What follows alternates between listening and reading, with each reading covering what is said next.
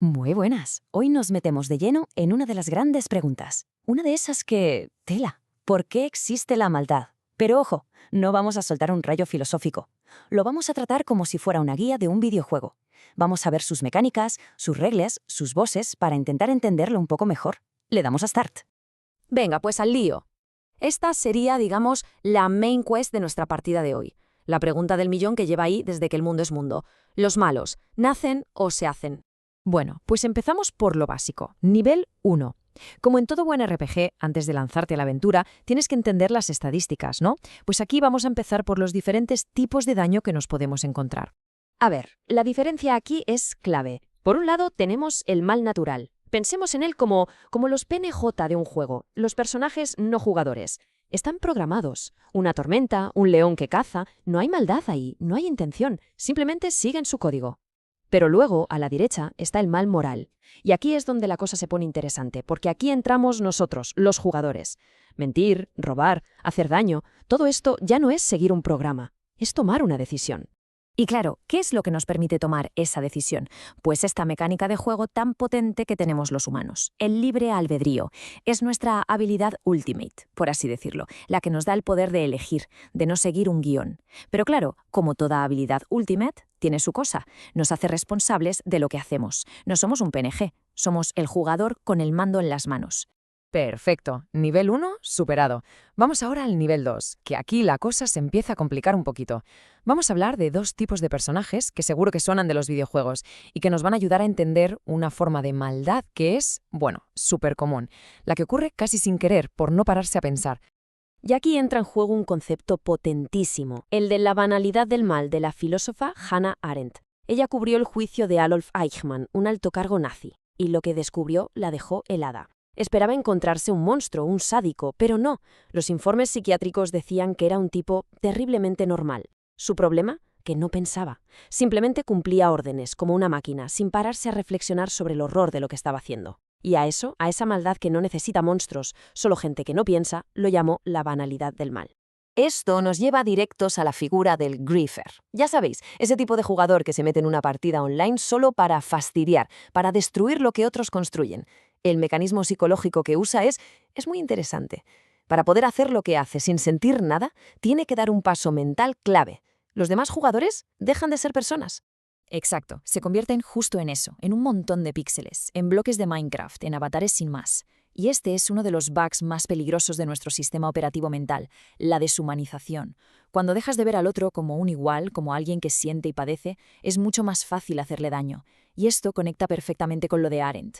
Para que exista el mal banal no hace falta un demonio, solo hace falta que el otro se convierta en una cosa, en un número, en un objeto.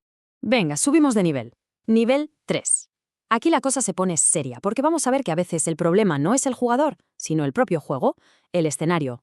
A veces la situación, el mapa, está tan mal diseñado, es tan tóxico, que puede convertir al héroe más bueno en un villano. Y el mejor ejemplo de esto es un experimento que ha pasado a la historia, el famoso experimento de la cárcel de Stanford, año 1971. El psicólogo Philip Zimbardo junto a un grupo de estudiantes universitarios, ojo, gente normal, sana, sin problemas, y los mete en una cárcel falsa en un sótano. Al azar, a unos les toca ser guardias y a otros prisioneros. Lo que pasó a continuación fue una auténtica locura. Mirad la cronología, es que fue rapidísimo. El segundo día los prisioneros se rebelan un poco. Los guardias responden de forma brutal. Para el cuarto día ya había abusos psicológicos, humillaciones, y en apenas 6 días tuvieron que parar el experimento. Se les fue de las manos por la crueldad que había allí dentro. De aquí salió la teoría del efecto Lucifer. Lo que Zimbardo demostró es que si pones a gente buena en una situación mala, con un rol de poder, el sistema puede hacer que cometan actos malvados. La metáfora que usó él es genial. El problema no suelen ser las manzanas podridas individuales. El problema es que a veces el barril entero está podrido y corrompe a cualquier manzana buena que metas dentro. Vale, respirad hondo porque hemos llegado al último nivel, la pantalla del jefe final. Aquí vamos a analizar los arquetipos del mal en su estado más puro. Vamos a ver qué motiva a los final bosses de este juego. Y para entender al primer tipo de jefe, hay que recordar esa vieja fábula del escorpión y la rana. El escorpión quiere cruzar el río, le pide ayuda a la rana. La rana, claro, desconfía. Me picarás. Y el escorpión le dice que no, que si la pica se ahogan los dos. La rana se fía, se lo sube a la espalda y a mitad del río, ¡zas!, el escorpión la pica. Mientras se hunden, la rana le pregunta ¿por qué? Y el escorpión responde lo siento, es mi naturaleza. Esta fábula nos sirve para diferenciar perfectamente a dos grandes jefes finales. Por un lado tendríamos al psicópata. Su maldad es como la del escorpión, un impulso interno, a veces incluso con una base en su cerebro, que le impide sentir empatía. Es su naturaleza. Y por otro lado tenemos al dictador. Aquí la motivación es otra. Es una ideología, una idea llevada al extremo que necesita deshumanizar a todo un grupo de gente. Su maldad no viene de un impulso incontrolable, sino de la convicción absoluta de que su objetivo es tan importante que justifica eliminar a quien sea. Y nivel completado. Hemos llegado al final de la historia principal. Pero, que nadie se vaya, que hay una pantalla de bonus. Ahora que ya sabemos cómo funciona el juego, sus mecánicas y sus peligros, nos falta lo más importante, las herramientas para decidir cómo queremos jugar. Y aquí hay que entender la diferencia entre dos cosas que suenan parecido, pero no lo son, ética y moral. A ver, para seguir con el símil, la moral son las reglas del servidor, las normas que impone la sociedad, el grupo, lo que se considera que está bien o está mal en un sitio y momento concreto. La ética, en cambio, es tu código personal. Es cuando tú te paras a pensar en esas reglas del servidor y te preguntas, un momento, ¿estas reglas son justas? ¿Estoy de acuerdo con ellas? Vamos a poner un ejemplo para que se vea claro. Un soldado en plena guerra mata a un combatiente enemigo. Por otro lado, un ladrón mata a una persona para robarle.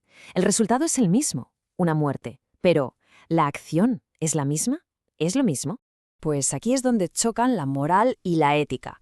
La moral de la sociedad, las reglas del servidor, probablemente justifique al soldado. Está en una guerra, sigue órdenes, defiende a su país, pero la ética, tu reflexión, te obliga a hacerte más preguntas. ¿Y la guerra en sí es justa?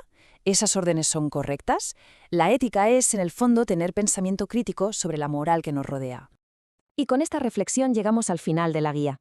Hemos visto las mecánicas del juego, cómo una situación nos puede cambiar, el peligro de dejar de ver a los demás como personas, las diferentes motivaciones. Ahora la pelota está en nuestro tejado. La partida ha empezado para todos. La gran pregunta es, ¿qué tipo de jugador vamos a ser?